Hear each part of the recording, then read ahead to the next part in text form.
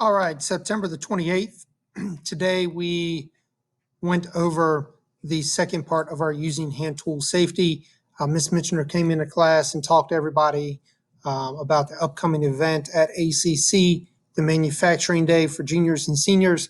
So once again, if you're interested, let me know and I'll send that link to you. It was posted in the chat yesterday, and I'm pretty sure I sent the flyer out. But if you want to sign up, the 29th, which is Tuesday, is the last day to do so.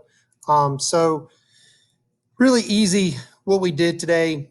We just went through some general safety guidelines, and then we went over some work that was due yesterday.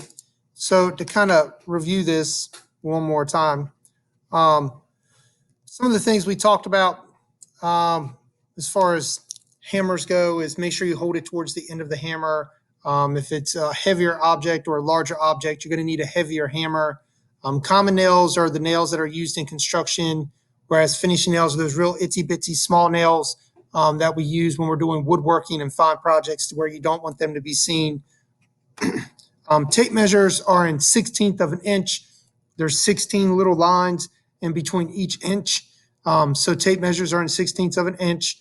The golden rule, if you don't know from woodworking, you want to measure twice and cut once.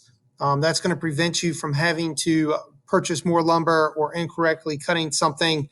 A soapstone is a fine rock used to mark on metal, whereas a scratch-all makes a permanent mark.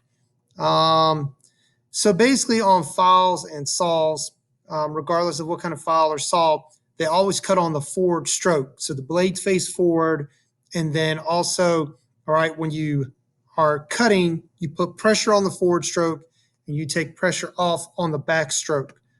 Taps and dies. So a tap cuts threads on the inside of a hole and a die cuts threads on the outside of a metal rod. So that's the difference between a tap and a die. Saws, once again, the coping saw, we know it has the thin blade so it can cut curves. So that was a bit of review. The combination square, 90 and 45. You want to make sure that you hold the handle firmly up against the edge of what you are marking. The only difference or new thing today is that framing squares have rafter tables, whereas all the other squares don't. So framing squares are the only squares that have a rafter table. And then when you sand, you want to sand with the grain of the wood as opposed to against the grain. If you sand with the grain, it's going to prevent scratches. So we just had to finish this outline today. And then tomorrow on the 29th, we're going to go ahead and do a quick review. And then we're going to go over those tools that you should have in a toolbox, all those hand tools that are essential for a good toolbox. So if you have any questions, let me know, and we'll see you all tomorrow.